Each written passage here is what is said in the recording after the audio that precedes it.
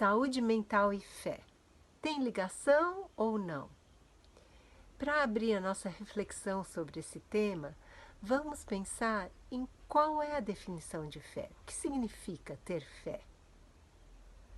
Quais coisas você tem desejado, ansiado, esperado com fé? Pense nisso um pouquinho.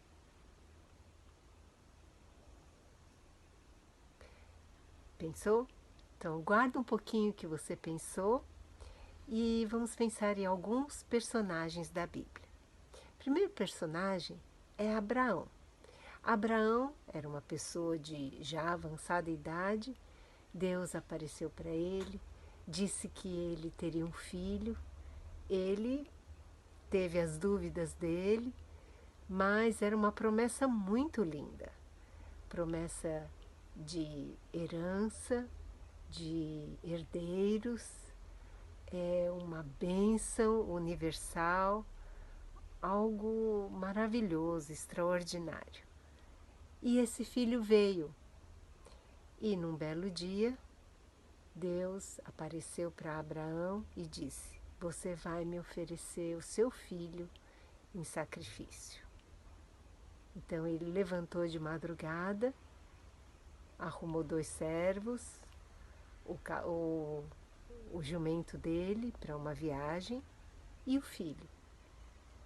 3 dias até o lugar que Deus tinha determinado para ele imolar o próprio filho em sacrifício ao Senhor. 3 dias. Será que ele dormiu? Como será que estava a saúde mental desse homem? Chegou ao pé do monte, disse para os servos dele para esperarem ali, e aí ele subiu, deixou o jumento lá e subiu com o filho só. O filho, a lenha, o jeito de fazer o fogo. E aí no caminho o filho falou: pai, a gente tem a lenha, tem o fogo, cadê o cordeiro? E Abraão respondeu: Deus proverá. E aí quando chegou lá em cima, ele preparou o altar, preparou o fogo e amarrou o filho e colocou lá em cima do altar. Quando ele pegou a faca para matar o filho, uma voz do céu chama Abraão 2 vezes: Abraão, Abraão. E ele responde: eis-me aqui. Não faças nada para o seu filho. Eu já sei que você teme ao Senhor. E aí Abraão ergue os olhos e olha para trás e tem um carneiro lá preso pelos chifres. Ele pega o carneiro, sacrifica, desce junto com o filho, encontra os servos e o jumento vai para casa. Então vamos pensar um pouquinho nessa narrativa de Gênesis 22. Abraão tinha algo que ele sonhou há muito tempo e já não tinha mais esperanças de ter. E Deus deu. Que alegria, não é? E aí, a coisa mais importante da vida do Abraão, Deus pede. Por quê? Então, uma dica, talvez, uma possibilidade, é que Deus quer que a relação mais importante que exista entre uma pessoa e qualquer outra coisa ou pessoa seja com Deus. Então, por mais que Deus dê uma coisa boa, querida, uma pessoa para a gente cuidar, amar e ser amado, a nossa relação com Deus ainda deve ser a mais forte. E Abraão estava pronto para provar isso. Ele estava disposto a colocar Deus acima do Isaac, acima de tudo que ele mais desejava na vida, né? Inclusive uma coisa muito boa, uma coisa que Deus prometeu. Então isso é algo para a gente refletir.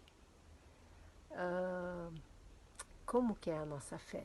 Eu fico pensando, a minha fé, puxa, a minha fé comparada de Abraão, eu fico pensando em coisas que eu me esforcei para ter, em coisas que eu desejava, nem imaginava que Deus ia me dar e deu. Eu penso em coisas que eu anseio, que eu tenho esperança em obter. E fico pensando se Deus chegasse e me tirasse a esperança, aquela pessoa, aquela bênção tão almejada, tão querida para mim, como que eu ia ficar? Então, o jeito do Abraão, a razão pela qual ele foi chamado de amigo de Deus lá por Tiago, né? É porque ele demonstrou essa fé. Eu tenho uma fé assim bem precária comparada a essa fé de Abraão. Mas o que essa história me mostra é que é possível. Abraão era um ser humano, Deus se mostrou gracioso, bondoso para com ele, e assim como Deus o abençoou, e assim como Abraão demonstrou esse tipo de fé, eu posso também ter. Talvez não hoje, mas vai ser uma coisa que eu vou desejar, que eu vou ansiar. Mesmo que hoje a minha fé seja assim um fiozinho, pequenininha, do tamanho de um grão de mostarda. Essa história mostra que é possível e que Deus bondoso, gracioso, amoroso, misericordioso está esperando e torcendo para que eu desenvolva esse tipo de fé. É por isso que essa história está aqui. E outras histórias, né? Então, quando a gente vê, por exemplo, a história de Ana, em 1 Samuel, Ana queria tanto um filho, tanto um filho. E ela sofria, e ela se sentia diminuída, pequena, e Deus deu. Ela tinha dito que se ela recebesse um filho, ela ia devolver ao Senhor. Ela ia dedicar aquele filho para o serviço do Senhor. No caso, né, na época, era no templo, aos cuidados de Eli. E aí Deus deu o filho, Samuel. Se tornou um grande profeta, né? Primeiro um grande juiz, depois um grande profeta. E assim, nem foi para ela, né? Ela quis desfrutar dessa bênção de ser mãe, de poder amamentar, mas ela entregou para o Senhor. Então, isso também vale a nossa reflexão, né? O que nós desejamos, nós podemos entregar a Deus. Deus quer aquilo que a gente deseja, de alguma forma. Nós podemos oferecer a Deus. Então é algo para se pensar. Nesses dois casos, eu fico pensando na saúde mental deles, né? Abraão, poxa, será que naqueles 3 dias ele dormiu enquanto estava indo para o monte, onde ele sabia que ia sacrificar o filho? Ou talvez ele acreditava que Deus podia fazer algo que ele nem imaginava. Então, é algo para a gente pensar sobre nossa saúde mental. Eu gosto de saber das coisas, eu gosto de me antecipar, eu gosto de olhar para trás e ver o que Deus já tem feito, como que e imaginar, né, como que Deus vai me abençoar, para ter um pouquinho de segurança, né? Mas eu acho que o que Abraão nos ensina é que mesmo quando eu nem imagino o que Deus vai fazer, eu vou esperar o inimaginável. Eu vou confiar que Deus está cuidando. E eu não sei por que Ele está pedindo isso, não faz sentido. Muitas vezes a nossa vida não tem lógica, não tem razão. Mas para Deus às vezes ele está vendo um resultado, uma lógica que a gente nem imagina. E isso é fé. É uma fé que nos ajuda a ter saúde mental. Por quê? Porque a gente pode pensar, planejar, olhar para trás, calcular. Mas chega um ponto que a gente precisa entregar e confiar. Confiar que Deus pode fazer muito além do que eu imagino. E mesmo quando eu não sinto, Deus me ama e está cuidando de mim. E Ana pediu aquilo, né? Até quando ela estava assim, no templo, chorando, meio que mexendo os lábios, falando sozinha, orando a Deus. O sacerdote achou que ela estava meio assim, fora de si, né? Não, ela não estava louca. A saúde mental dela estava preservada. Ela estava triste, angustiada, e aí ela recorreu a Deus. E Deus ouviu o clamor dela e a atendeu. Então, o que fazer em momentos de grande angústia, de grande sofrimento, aflição? Recorrer a Deus, entregar a Deus as nossas petições. Isso aconteceu também com a mulher com hemorragia, lembra? Lá em Marcos 5, 25 a 34, ela já estava desenganada, fazia 12 anos com hemorragia, e aí ela soube que Jesus estava ali na região, ia passar pelas ruas ali. Ela saiu de casa, reuniu forças, não sei de onde, né? 12 anos com hemorragia. Eu lembro quando eu ficava menstruada, eu ficava muito fraca, eu até reduzia minhas atividades, porque eu não tinha muita força.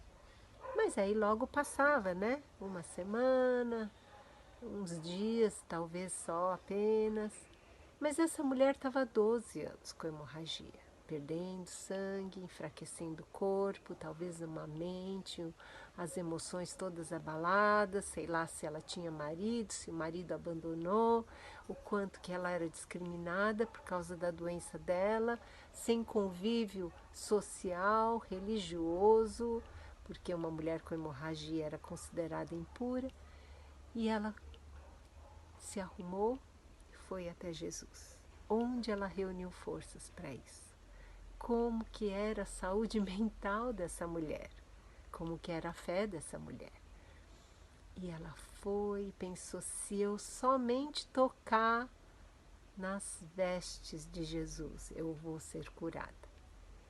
E ela foi, tocou, e Jesus não deixou isso passar assim, anonimamente. Ele quis libertar aquela mulher publicamente. Então ele para, ele olha ao redor, pergunta quem o tocou, a mulher se manifesta e ele vira para ela e valoriza a fé dela e fala publicamente que ela está livre do mal dela, que ela não está pecando, que ela está salva, que ela pode ir em paz para a casa dela. E, finalmente, eu queria mencionar a mulher Cirofenícia, né? A mulher Cirofenícia, uma estrangeira, com uma filha endemoniada, ela queria encontrar Jesus. E, para a época, ela tinha, assim, muitas características, assim, contra ela, né? Era mulher, que não era muito valorizada na época, estrangeira, com uma filha endemoniada. Quando ela se aproximou de Jesus, Jesus e os discípulos estavam querendo ficar mais assim, entre eles, né? Numa situação mais privada. E os discípulos, assim, queriam impedi-la de chegar até Jesus, mas ela insistiu, ela foi lá, ultrapassou as barreiras, se prostrou perante Jesus, pediu para Jesus curar a filha. E Jesus então se vira para ela, fala, olha, não é certo tomar pão dos filhos e lançar para os cachorrinhos. Que isso? Aquele Jesus com aquela fama de bondade, de curas que ele fazia, como que ofende aquela mulher, né? E Jesus fala: deixa primeiro os filhos se fartarem.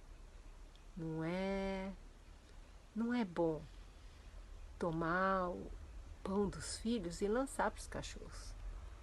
Ela poderia se ofender, né? Jesus estava chamando ela de cachorro. Mas ela não se ofende, ela concorda.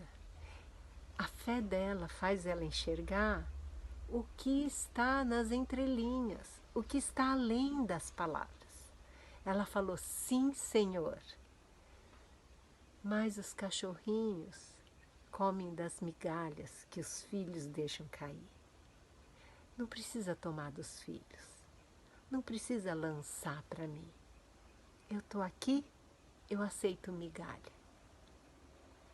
Até porque se Jesus falou, deixa primeiro, né, os filhos se fartarem, ela falou, então, deixa primeiro os filhos. Segundo, quem sabe eu, né? Então, Jesus gostou da fé dela. Uma fé que confia em Jesus, que acredita nele, mesmo quando parece que ele está ofendendo. Jesus é bondoso, Jesus é misericordioso, Jesus faz coisas boas. Mas se a gente facilmente se ofende, acha que tem direito de ser atendido de um certo jeito, elabora uma lista para Jesus nos atender. E se ele não nos atende, a gente já fica brava, já esperneia, faz birra e vai embora e fala que não quer mais saber de Jesus. Então, não é a fé que ele espera da gente. A fé que ele espera da gente é uma fé que acredita nele, que vê além das palavras e que consegue enxergar que Deus vai nos atender, mesmo quando tudo conspira contra nós, né? Enfim, pensei também em Jó, né? Quantas vezes eu pensei se a minha fé era interesseira? Essa foi a acusação do diabo, né? O Jó é bom assim porque o Senhor dá tudo. O diabo falou para Deus. Deus falou, não, o Jó, ele é fiel a mim. Não é por causa das coisas que eu dou. Pode tirar. E ele vai continuar fiel. E aí o diabo vai tirando.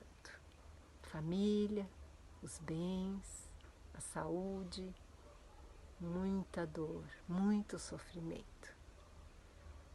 E Jó permaneceu firme. Então, é essa fé que é elogiada. E é uma fé que está associada à saúde mental. Alguém que tem uma mente lúcida, que sabe pensar, que sabe acreditar além do que vê. Tem certeza das coisas que se esperam. Tem convicção do que não se vê. Hebreus 11:1.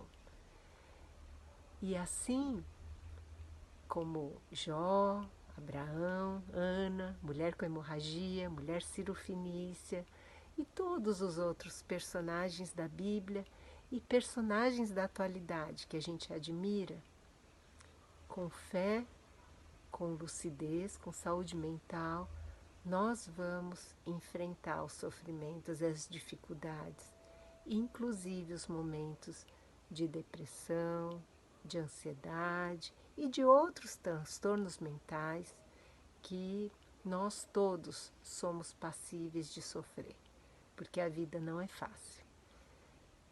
Deus espera que a gente se fortaleça nele, não abra mão da relação com ele acima de todas as relações que possamos ter e que mesmo na angústia, no sofrimento, na aflição maior, nós consigamos acreditar que Deus está conosco e que nós podemos manter a saúde mental para continuar seguindo em frente, esperando que um dia isso vai passar e que Deus vai atender do jeito dele as nossas petições. Um grande abraço, saúde e fé para todas nós.